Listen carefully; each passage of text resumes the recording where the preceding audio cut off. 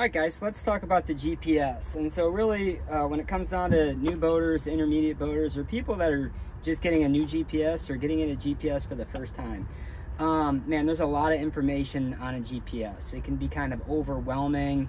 You know, you might not really know where to start. And so what I want to do is I want to open up this GPS. Oh, it just opened up. Nice. And I want to show you some of the most important basic information as a boater you need to know. And I'll tell you a really quick story, guys. So I boated all over the world. Last year, I was actually jet skiing between the Puerto Rican island of Culebra and the U.S. Virgin Island of St. Thomas. I was about maybe 10 miles off the west side of St. Thomas. I had an engine failure in my GPS. It was getting late in the day, and I actually had to make a mayday call to the Coast Guard. And before you make a mayday call to the Coast Guard, or what the Coast Guard needs, or anybody needs to rescue you, they need your coordinates, all right? And so I had a handheld Garmin on my jet ski, which overall is a great unit. But the problem this day was I couldn't find my coordinates. And without the coordinates, they're not finding you. Big problem, right? So let's go over this GPS. So when you turn on the GPS, it's going to default to this screen. Come over here just a little bit, make sure you can see the screen, and let's just go over the really critical information. The boat's obviously not running right now. I'm just showing you this while I'm docked. So you have critical data in each corner of the screen, and so in the bottom right hand corner, these are your coordinates. Okay, so if you ever break down on the water, that is the information you need to get out to the Coast Guard in order for them to find you. And you know, it might just look like a bunch of crazy numbers and gibberish. Don't worry about reading those properly.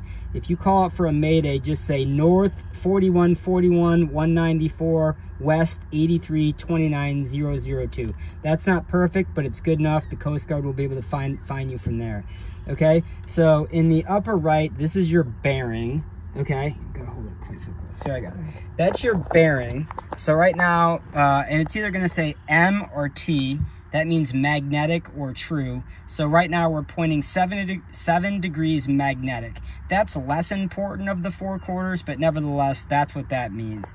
Okay, in this corner right here, this is gonna be your speed, which isn't, you know, crazy critical, but again, you know, it's in these four corners is relatively, you know, important information. And then down here, this is your feet, okay? That's your depth. So that's obviously important.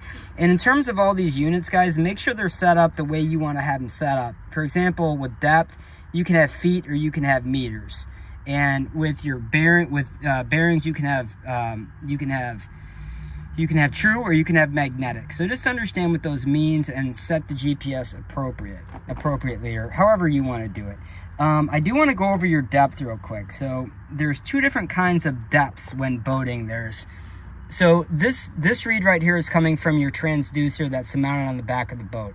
That's going to be your actual depth, okay? And then GPS has built-in chart atom depth, okay? Which I'll kind of show you here on the GPS. If you see this little 3, whoopsie, if you see this little 3, I'm gonna zoom in again and get right by the boat here.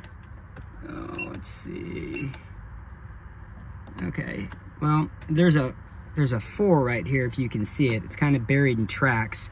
There's another 4 up here, okay? But then the transducer depth says 5.2. So what's your actual depth? Your actual depth is the 5.2.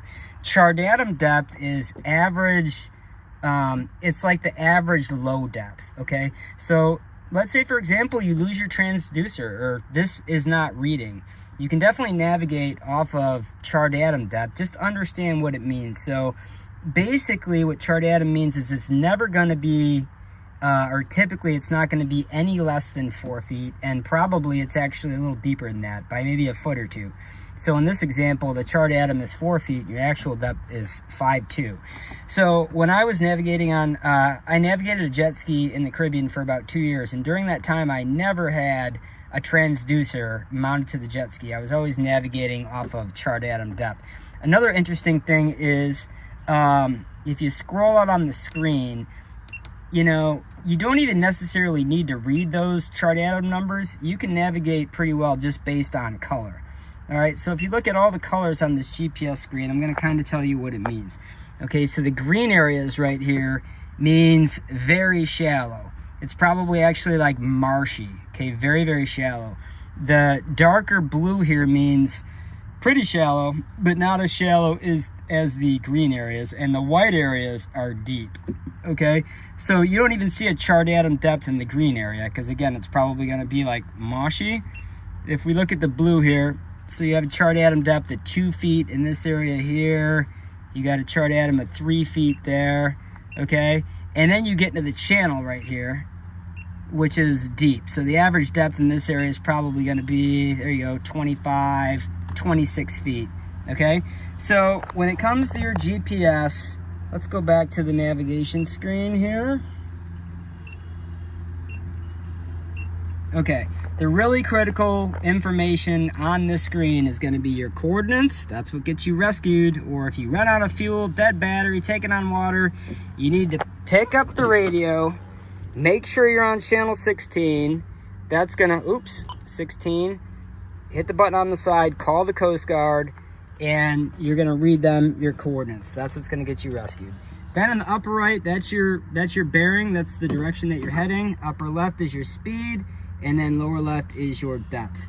Okay, guys, I hope you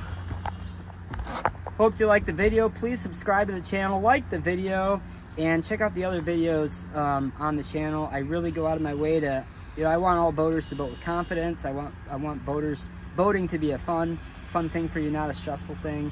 And if you learn the basics, you should have a good time out there. Anyway, Captain Rob coming at you from Toledo, Ohio, out.